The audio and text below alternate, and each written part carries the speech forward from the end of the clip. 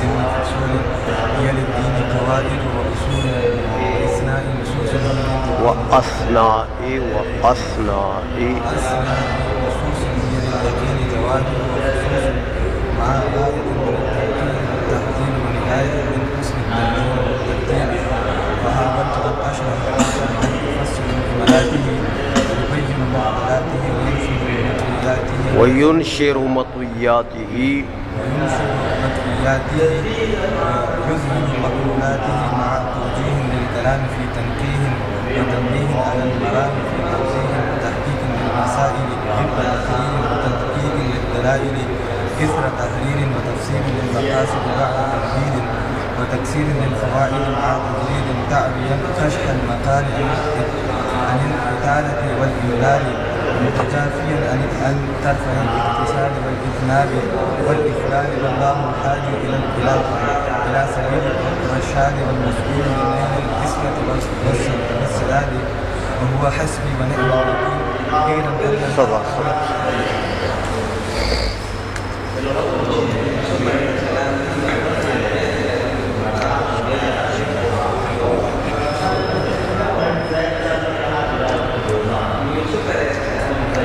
Aquí ukulaw ka muna.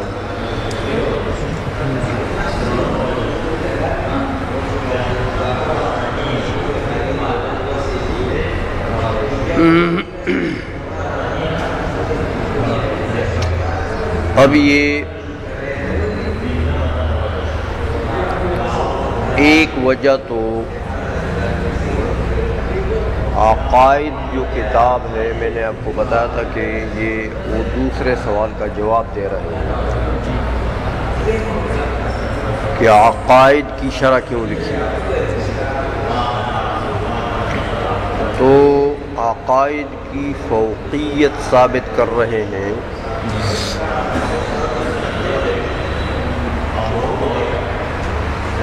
کہ اس کتاب میں وہ خصوصیات ہیں جو دوسری کتابوں میں نہیں تھی. اس لیے میں نے اس کو ترجیح دی ہے اپنی شرح کے لیے. تو ایک وجہ تو بیان ہو گئی ہے کہ وہ فوقیت کتاب بوجہ فوقیت مصنف، وہ بتا دیا آپ کو کہ اس کے مصنف جو ہے وہ بہت بڑے آدمی ہیں. تو ظاہر بات ہے کہ ان کا کلام بھی بڑا کلام اور فوقیت رکھتا ہوگا دوسرے کلاموں پر. ایک وجہ تو تفضیلی کتاب بوجہ تفضیلی مصنف. اب یشتمل سے آج اس کتاب کی اپنی ذاتی خصوصیات بیان کر رہا ہے کہ اس کتاب کے اندر کیا کچھ موجود ہے جو وہ کچھ دوسری کتابوں میں نہیں تھی. اس لیے میں نے اس کو منتخب کیا ہے کہ اس کتاب کے اندر وہ کچھ موجود ہے جو دوسری کتابوں میں موجود نہیں تھی. تو کہتے ہیں پہلی بات یہ ہے کہ یشتمل من هذا الفن على غرر الفوائد ودرر الفرائد. یہ دونوں جگہ فوائد لکھیں ہیں. ہاں یہاں فرائد ہونا چاہیے اور پہلا والا فوائد ہونا چاہیے. وہ فرماتے ہیں کہ یہ کتاب جو ہے عقائد یہ مشتمل ہے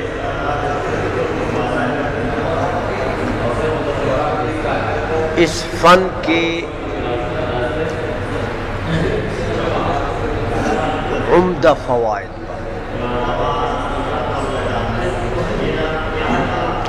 اور اس فن کے قیمتی فرائض پر.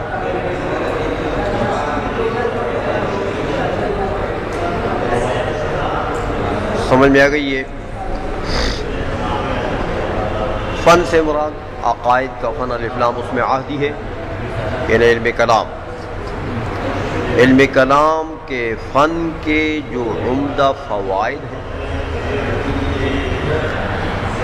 اور جو قیمتی موتی ہیں ان کے اوپر وہ مشتمل ہے. غرر آپ پڑھ چکے ہیں، غرتن کیا وہ جمع ہے، اور غرہ جو ہے وہ جو گھوڑے کے ماتھے میں سفید داغ ہوتا ہے اس کو غرہ کہتے ہیں لغوی اعتبار سے. بعد میں اس کو نقل کر کے اس معنی سے ہر واضح اور حسین چیز کے لیے استعمال کیا گیا اس لفظ، کیونکہ وہ غرہ جس گھوڑے کے ماتھے میں ہوتا ہے تو وہ بھی واضح نظر آتا ہے، کیونکہ باقی رنگ اس کا سرخ ہے، تو سفید داغ جب اس کے ماتھے میں ہوتا ہے تو وہ سفید بہت دور سے نظر آتا ہے اور خوبصورت بھی لگتا ہے، حسن بھی ہے اس میں. تو اس لیے وضاحت اور حسن کے لیے اس لفظ کو استعمال کیا گیا، یعنی لازمی معنی میں. وہ جو لغوی معنی تھا اس سے نقل کر کے لازمی معنی میں اس کو استعمال کیا گیا، وضاحت اور حسن میں.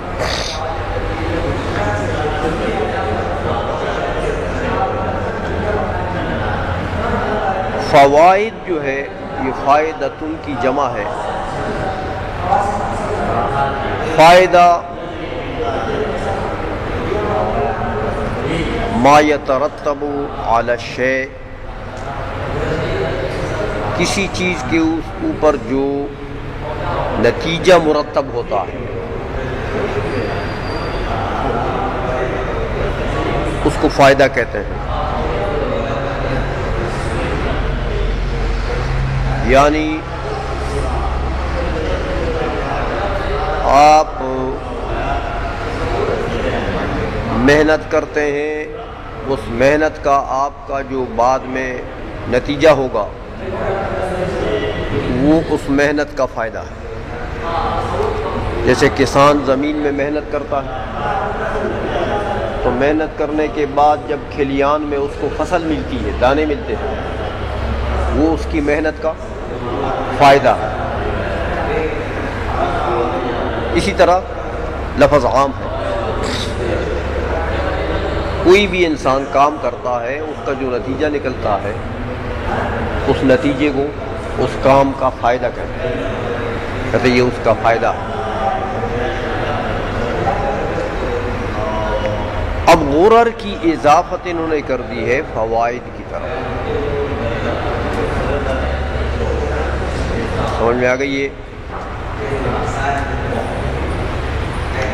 یہ بھی اضافت ہے مشبہ بہی کی مشبہ کی طرف. اصل میں عبارت یوں ہے کہ یشتمل من هذا الفن على الفوائد هي كالغرر،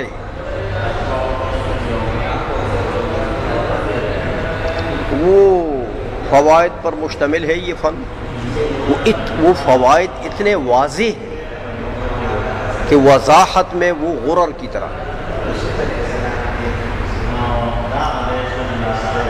وجہ تشبیہ یہ وضاحت، وضوح. سمجھ میں آ گئی ہے.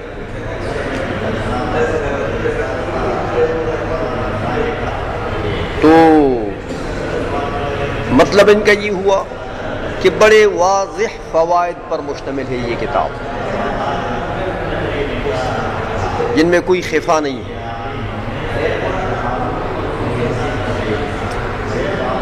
بات سمجھ میں آ گئی ہے یہ. اور یہ جو فوائد کہہ دیا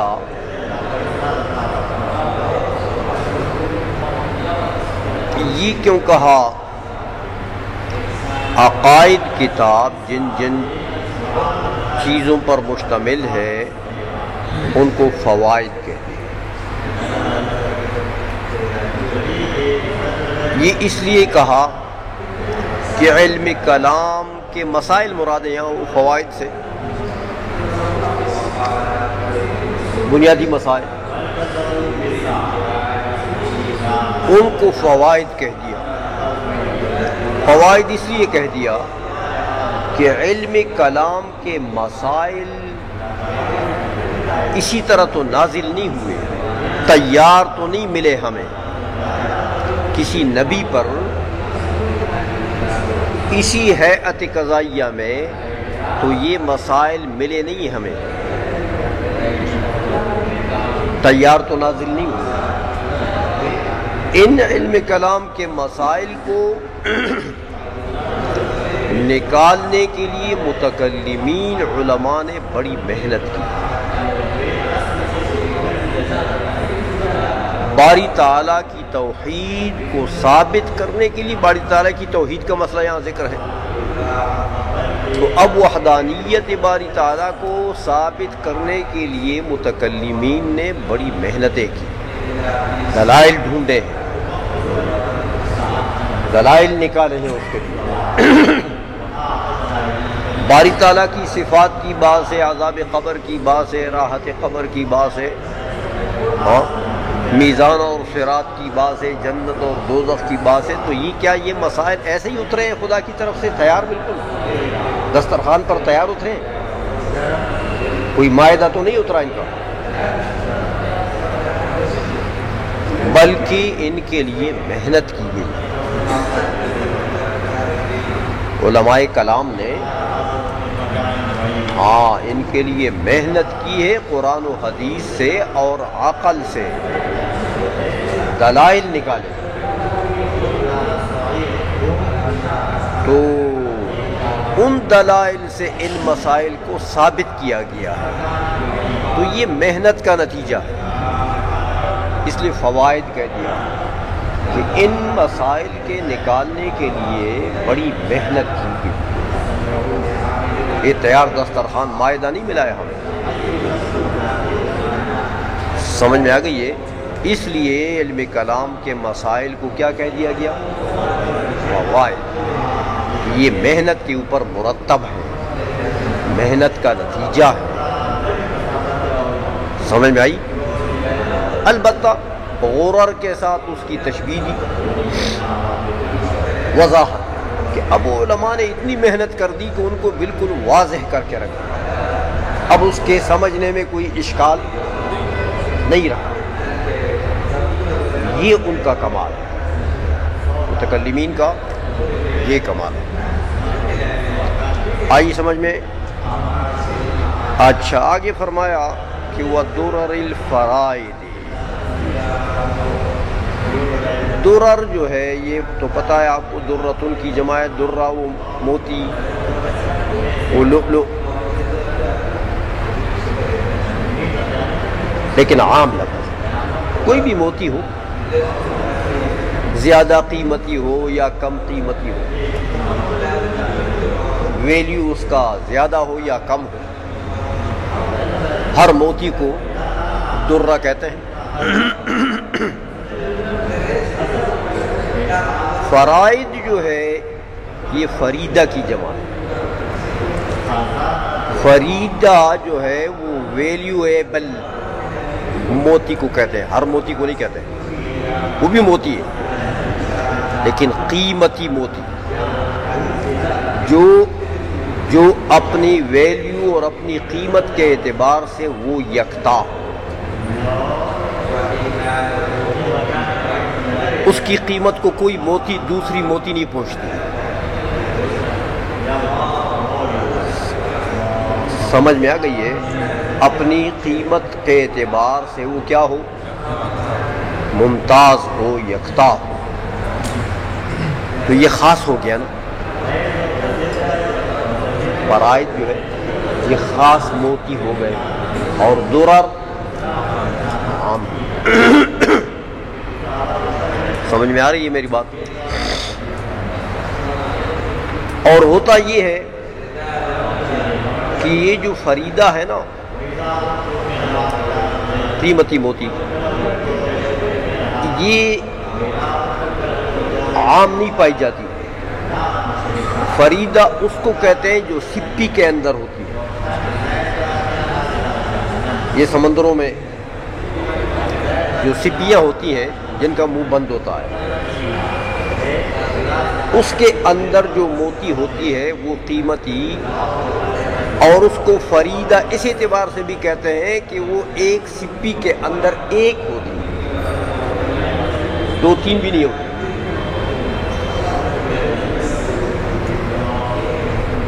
تو وہ وحدت اس کے گویا کی پیدائش میں بھی داخل ہے. وہ جس سپی کے اندر ہے وہ سپی میں وہ ایک ہی ہوتی ہے، زیادہ نہیں ہوتی، اور بڑی قیمتی موتی ہوتی ہے. آئی سمجھ میں؟ تو یہ خاص قسم کے موتی ہیں فرائض، اور درر عام. اس لیے یہاں یہ اضافت ہے عام کے خاص کی طرف. سمجھ گئے ہو؟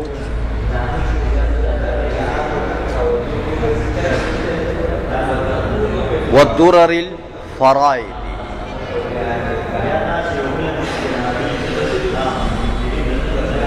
مشتمل ہے یہ کتاب درر پر. وہ درر فرائض کے. تو عام کی جب اضافت ہو جاتی ہے خاص کی طرف ہو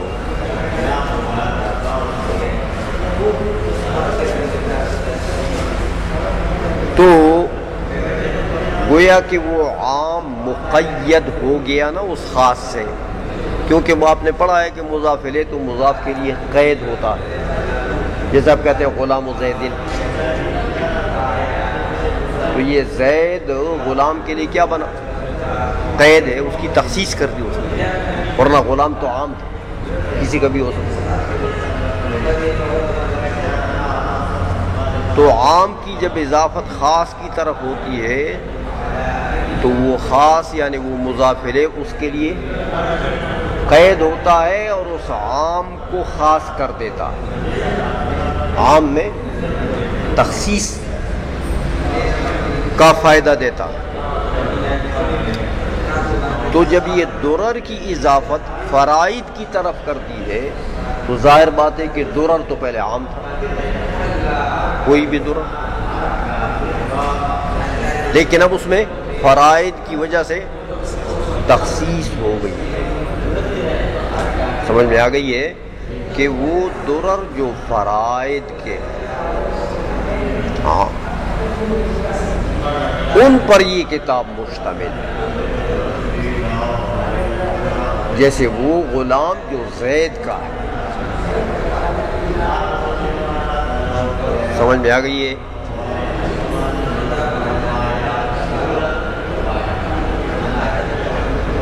یہ جو اضافت ہے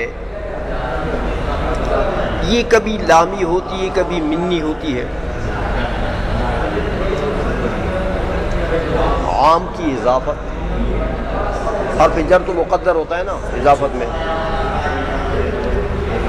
تو عام کی اضافت خاص کی طرف کبھی لامی ہوتی ہے، جیسے غلام زیدن میں لام، کبھی منی ہوتی ہے. اس صورت میں جبکہ مضاف الیہ بعض ہو مضاف کا، جیسے یہاں درر جو ہے یہ ایک کلی ہے، بعض نہیں بلکہ جزئی ہے. مضاف جو ہے وہ ایک کلی ہو اور مضاف الیہ جو ہے وہ اس کے جزیات میں سے.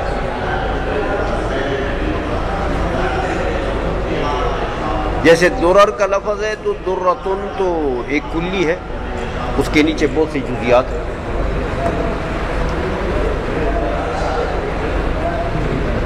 فریدہ بھی درتن کی ایک جزئی ہے. سمجھ میں آ گئی ہے؟ تو جب ایسی صورت بنے، ایسا عام جب خاص کی طرف، ایسے خاص کی طرف مضاف ہو جائے تو اضافت منی ہوتی ہے۔ سمجھ میں آ گئی ہے کہ وہ درر من الفرائض، کہ وہ درر جو ہے، درر ہاں وہ تو کلی ہے لیکن الٹا ہو جاتا ہے، عبارت الٹی ہو جاتی ہے۔ یشتمل علی الفرائض من الدرر، عبارت یوں ہو جاتی ہے اصل کہ وہ فرائض، اصل مقصد تو یہی ہے نا کہ قیمتی موتیوں پر مشتمل ہے، تو عبارت الٹی ہو جاتی ہے کہ یشتمل علی الفرائض من الدرر، کہ درر میں سے جو فرائض ہیں ان کے اوپر یہ کتاب مشتمل ہے۔ عام درر کی بات نہیں کر رہے ہیں، آئی سمجھ میں؟ کن درر پر مشتمل ہے؟ جو فرائض ہیں، جو بہت بیش بہا قیمتی ہے۔ تو اب کتاب کی فضیلت کا پتہ لگ گیا نا بھائی۔ اب یہاں پر گویا کہ علم کلام کے ان مسائل کو فرائض کہیں کہ یشتمل علی الفرائض من الدرر، درر میں سے جو قیمتی ہے، یکتاں ہیں، ممتاز ہیں، ان پر مشتمل ہے۔ تو وہ علم کلام کے مسائل ہی مراد ہیں، ان کو فرائض کہہ دیا گیا۔ پڑھ چکے ہیں آپ، بتا دیا ہے میں نے آپ کو کہ علم کلام، دیکھیں ان مسائل کو یکتا موتی کہہ دیا۔ یکتا جو دوسرے موتیوں میں سے کوئی موتی بھی اس کی مثل نہیں ہے۔ اور مراد کیا چیز ہے؟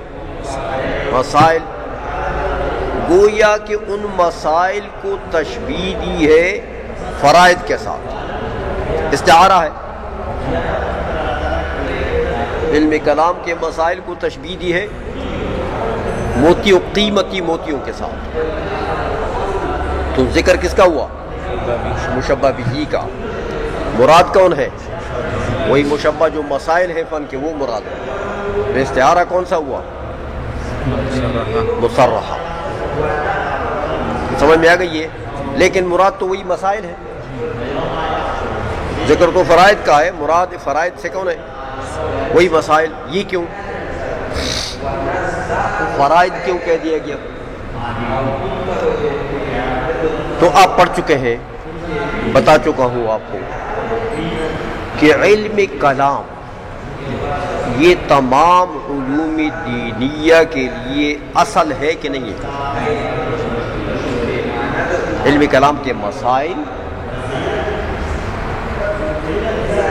کلام مسائل کا مجموعہ ہے نا، تو یہ تمام علوم دینیہ کے لیے، حتیٰ کہ نصوص کتاب اللہ اور نصوص حدیثیہ کے لیے بھی اصل ہے کہ نہیں ہے؟ تو اس سے بڑا فریدہ کون سا ہوگا؟ اس سے بڑی قیمتی چیزیں اور کون سی ہوگی کہ نصوص کتابیہ اور نصوص حدیثیہ کے لیے بھی اصل ہے۔ سمجھ میں آ گئی ہے؟ تو یہ فرائض قیمتی ہوئے کہ نہیں ہوئے؟ اس لیے فرائض کے لیے مسائل کلام کو کیا کہا؟ فرائض۔ اس اعتبار سے ہے کہ یہ بہت قیمتی چیز ہے۔ یہ الگ بات ہے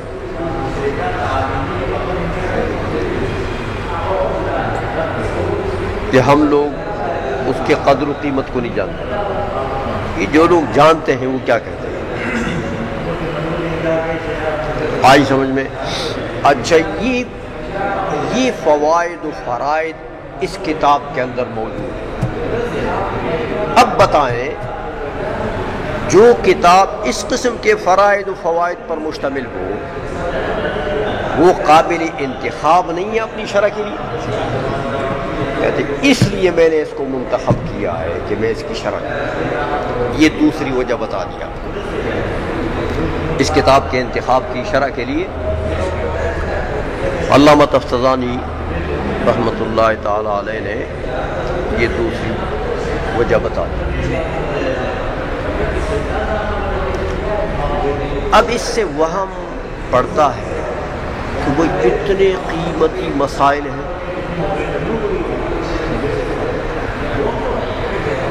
ہاں اتنے قیمتی مسائل تو حضرت وہ تو اتنے مشکل ہوں گے کہ ہم سمجھیں گے کیسے. اس کے پڑھنے کے لیے بھی تو فرشتے چاہیے. پھر جب اتنے ویلیویبل چیزیں ہیں، اتنی قیمتی اور اتنے عالی رتبے کے مسائل ہیں، ہم کیسے سمجھیں؟ ہمارا ذہن تو پھر تیز نہیں ہے کہ اتنی قیمتی چیز کو سنبھال سکے. تو کہتے ہیں بھائی ڈرو نہیں، ہے چیز تو بڑی قیمتی. لیکن عمر نصفی رحمہ اللہ تعالی نے بھی کمال کیا. اس کتاب کے اندر اس نے بڑے عمدہ طریقے سے ان موتیوں کا ذکر کیا ہے. فی ضمن فصول ہی للدین قواعد و اصول و اثناء نصوص ہی للیقین جواہر و خصوص. ان موتیوں کا ذکر تو کیا ہے اس کتاب میں. تو ان موتیوں کا ذکر ہے، لیکن کیسے ہے؟ فی ضمن فصول،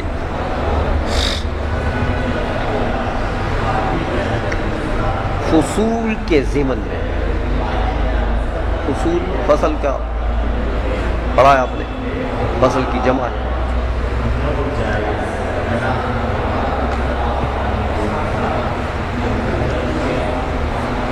فصول سے مراد وہ فصل نہیں ہے جو ایک باب کے اندر کئی فصل ہوتے ہیں.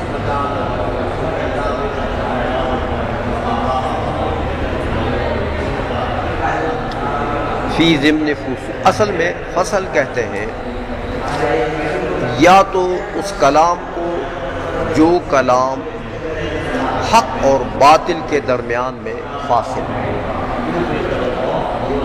حق اور باطل کے درمیان میں اس کو بھی فصل کہتے ہیں. فصل اس کلام کو بھی کہتے ہیں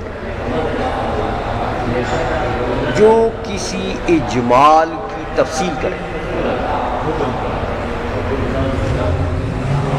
اس کو بھی فصل کہتے ہیں. کسی مشکل چیز کو آسان عبارت میں پیش کرے، اس کو رنگ ایسا دے کہ بڑا آسان ہو جائے. حقیقت میں جو وہ چیز مشکل ہے، لیکن اللہ تبارک و تعالیٰ نے علماء کو ملکہ دیا ہے نا مشکل کو آسان کرنے کا.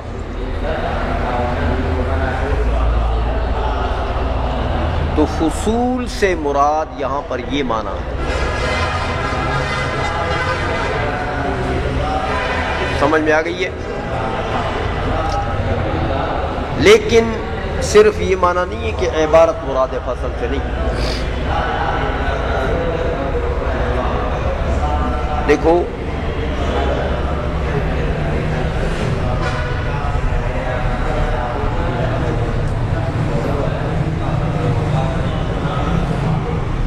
ایک معنی ہوتا ہے، ایک مفہوم ہوتا ہے جو بڑا قیمتی ہے.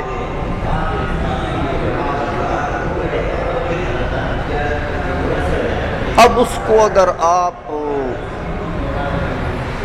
جیسے وہ ہے ویسے ذکر کریں گے کوئی نہیں سمجھے گا، لیکن علماء کو اللہ تبارک و تعالیٰ نے یہ ملکہ دیا ہے کہ اس قیمتی معنی اور مفہوم کو وہ ایک قاعدے اور ایک قانون کی شکل دے دیتے ہیں۔ وہ قیمتی معنی اور مفہوم جو ہے اس کو ایک قاعدے اور ایک قانون کی شکل دے دیتے ہیں۔ تو قاعدے اور قانون کی صورت میں اس کا ذکر کرنا۔ اب قاعدہ کلیہ جو ہوتا ہے یا قانون جو ہوتا ہے اس کا یاد کرنا آسان ہو جاتا ہے، اور عبارت بھی ایسی لاتے ہیں کہ وہ عام فہم ہوتی ہے۔ اس قانون کو بیان کرنے کے لیے عبارت بھی آسان عبارت، عام فہم عبارت ذکر کر دیتے ہیں۔ تو وہ جو عبارت بھی عام فہم ہو اور وہ قیمتی موتی جو ہے اس کو بصورت قاعدہ و قانون ذکر کریں، اس کو کہتے ہیں فصل۔ کہ اس قانون نے اس عبارت میں گویا کہ وہ معنی بھی آ گیا اور اس کو آسان کرنے کے لیے، سمجھانے کے لیے وہ قاعدے اور قانون کی شکل اس کو دے دی۔ سمجھ میں آ گئی ہے؟ تو جب قاعدے اور قانون کی شکل ہوگی تو طالب علم تو قانون کو یاد کرنے کے بڑے شوقین ہوتے ہیں کہ بھئی قوانین کلیہ یاد ہو جائیں، بس کام ہو۔ آئی سمجھ میں؟ تو اس لیے فرما دیا کہ فی ضمن فصول، ایسے فصول کے ضمن میں ان فرائض و فوائد کا ذکر کیا ہے۔ مشتمل ہے یہ کتاب اس کے اوپر، ہی للدین قواعد و اصول، کہ وہ فصول جو ہیں وہ دین کے لیے قواعد اور اصول کی شکل میں۔ صورت اس کی کیسی ہے؟ قواعد اور اصول کی شکل میں۔ اب ظاہر بات ہے کہ قواعد اور اصول کی شکل جب ہو جائے تو آسان کرنا، سمجھنا آسان ہو گیا، تو سمجھنا جب آسان ہو گیا تو فصل ہو گیا۔ سمجھ میں آ گئی ہے؟ اس لیے یہ فصول کا لفظ کہہ دیا کہ فصول، یہ فصول ہے۔ فصول کیسے ہیں؟ کہ دین کے لیے وہ قواعد اور اصول ہیں، کہ وہ مختصر معنی، وہ قیمتی معنی جو ہے اس کو قاعدے اور قانون کی شکل دی، اور قاعدے اور قانون کی شکل میں اب وہ سہل ہو گیا۔ سمجھ میں آ گئی ہے؟ تو گویا کہ فصل ہو گیا، بیان بھی ہو گیا، تفصیل بھی ہو گئی، اجمال کے لیے تفصیل بھی ہو گئی۔ بات سمجھ میں آ گئی ہے؟ ہی للدین قواعد و اصول،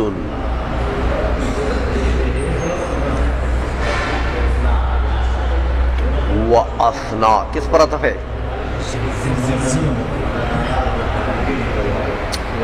ہاں، فی ضمن فصول و فی اثناء النصوص۔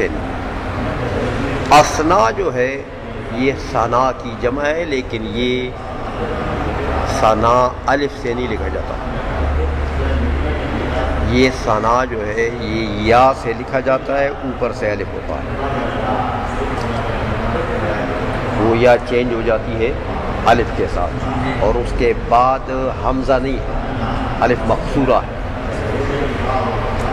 ایک ہے ثنا الف ممدودہ کے ساتھ، وہ تو تعریف ہے. یہ ثنا یہ وسط کو کہتے ہیں، چیز کے وسط، درمیان. تو اثنا بھی اسی معنی میں استعمال ہوتا ہے، فی اثناء نصوص ہی للیقین جواہر و فصوص. تو اثنا درمیان، بیچ، وسط. اور جمع کا صیغہ لائے اس لیے کہ آگے مضاف الیہ نصوص وہ بھی جمع ہے.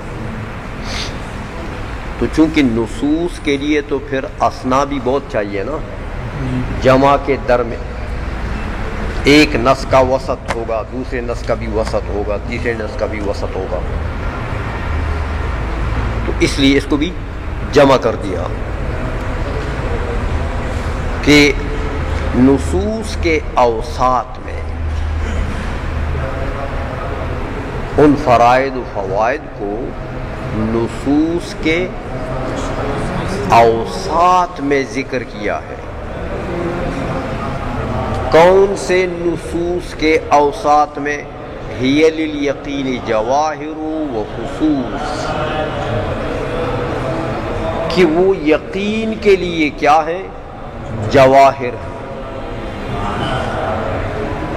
وہ فصوص، فصوص فص کی جمع ہے. فص آپ جانتے ہیں کہ اس نگینے کو کہتے ہیں جو وہ انگوٹھی کے دائرے میں جو نگینہ ہوتا ہے، تو وہ بھی قیمتی چیز ہوتی ہے. باقی رنگ جو ہے وہ پیتل کا بنا ہو یا چاندی کا بنا ہو یا کسی چیز کا بھی بن سکتا ہے، لیکن وہ فص جو ہے وہ لوگ قیمتی لگاتے ہیں. سمجھ میں آ گئی ہے؟ تو گویا کہ یوں بتانا چاہتے ہیں کہ یہ جو فوائد و فرائض ہیں یہ نصوص کے درمیان اس کتاب میں ان فوائد و فرائض کا ذکر نصوص کے ضمن میں ہے، نصوص کے درمیان میں. دیکھو اس کتاب کے اندر نصوص کتابیہ بھی ہیں، نصوص حدیثیہ بھی ہیں. عقائد جو متن بہت سی جگہ قرآن عظیم کی آیات استدلال میں پیش کرتے ہیں.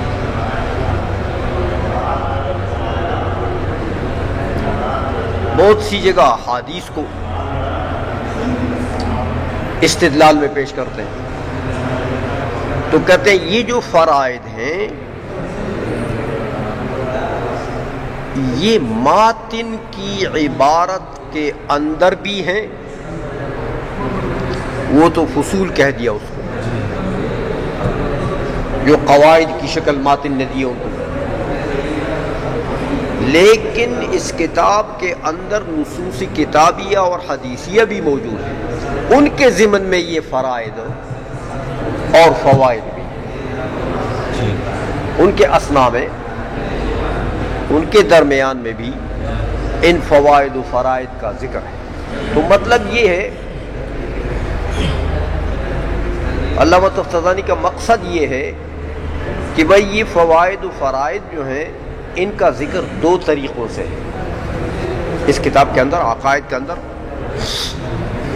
ماتن کی اپنی عبارت میں بھی ہے، لیکن وہ عبارت بھی کوئی معمولی عبارت نہیں ہے، وہ بھی فصول فی ضمن فصول ہی للدین قواعد و اصول. سمجھ میں آ گئی ہے؟ تو یہ تو ماتن کی اپنی عبارت ہو گئی ہے، اور وہی فرائض و فوائد جو ہیں وہ نصوص کے اندر بھی، نصوص کتابیہ اور حدیثیہ کے ضمن میں بھی ہے. تو ان فرائض و فوائد کو جب آپ پائیں گے نا اس کتاب میں، دو شکلوں میں پائیں گے، ماتن کی اپنی عبارت میں بھی پائیں گے، اور وہ جو نصوصی کتابیہ یا حدیثیہ میں نے نقل کی ہیں ان کے ضمن میں بھی یہی فرائض آپ کو ملیں گے۔ اس لیے فرماتے ہیں کہ یہ جو نصوص ہیں نا، یہ دین کے لیے جواہر ہیں اور خصوص ہیں۔ واقعی ایسا ہے کہ دیکھو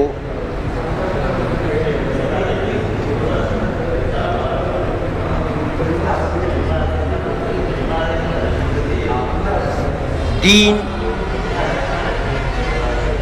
تو ایک عام لفظ ہے، علم کلام یعنی عقائد کے مسائل بھی اس میں آتے ہیں،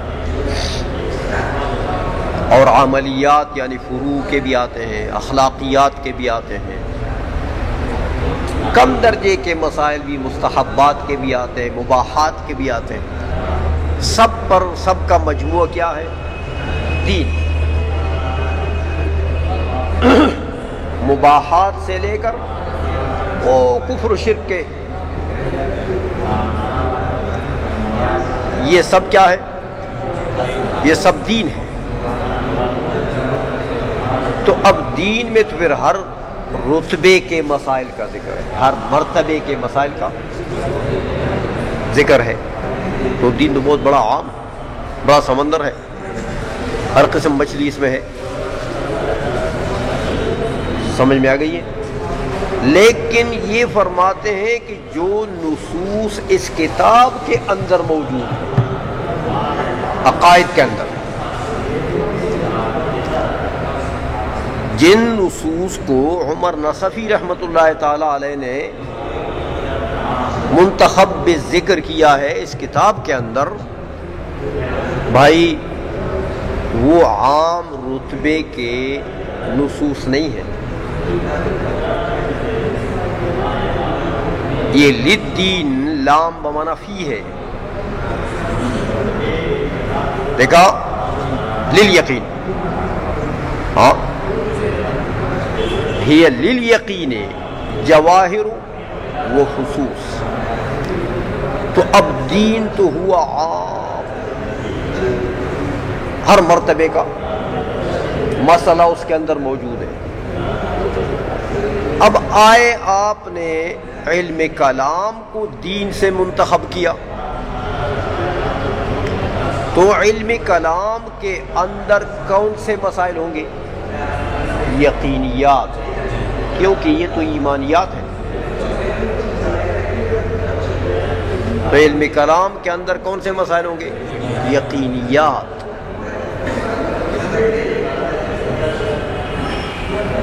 سمجھ میں آ گئی؟ سب مسائل علم کلام کے کیا ہوں گے؟ یقینیات۔ لیکن کہتے ہیں اس کتاب کے اندر، اس کتاب کی یہ خصوصیت ہے کہ علم کلام تو بے شک یقینیات پر مشتمل ہے، لیکن علم کلام کی باقی کتابیں جو ہیں اس عقائد کے علاوہ وہ عام یقینیات پر مشتمل ہے، عام یقینیات پر مشتمل ہے۔ اور یہاں جو عمر نصفی نے جن نصوص کا ذکر کیا قرآن میں سے یا حدیث میں سے، جن کو چنا ہے، وہ نصوص ایسے ہیں کہ وہ عام یقینیات کی بات نہیں ہے، وہ حق الیقین، یقین کا جو سب سے اونچا مرتبہ ہے، وہ نصوص آپ دیکھیں گے تو وہ آپ کو حق الیقین کے مرتبے تک پہنچائے۔ یقین کی بھی تو دو تین قسمیں ہیں، علم الیقین، عین الیقین اور حق الیقین۔ تو سب سے اونچا مرتبہ کس کا ہے؟ حق الیقین کا۔ اس لیے کہتے ہیں عمر نصفی نے ٹھیک ہے علم کلام میں یقینیات ہیں سب، لیکن بعض علم الیقین کے درجے کے ہیں، بعض عین الیقین کے درجے کے ہیں۔ یہاں جو نصوص انہوں نے منتخب کیے ہیں وہ حق الیقین کے ہیں، اس لیے فرمایا کہ وہ یقین کے لیے جواہر خصوص ہے۔ وہ جو نصوص ہے نا یقین کے لیے کیا ہے؟ یہ تشبیہ ہے پھر کہ وہ مسائل جو آپ کو حق الیقین تک پہنچاتے ہیں ان کی تشبیہ دی ہے کس سے؟ جواہر خصوص سے۔ تو ذکر مشبہ بھی کا ہے، مراد مشبہ ہے وہ مسائل، استعارہ کون سا ہوا؟ مصرحہ ہو گیا۔ آئی سمجھ میں کہ نہیں آئی؟ چلو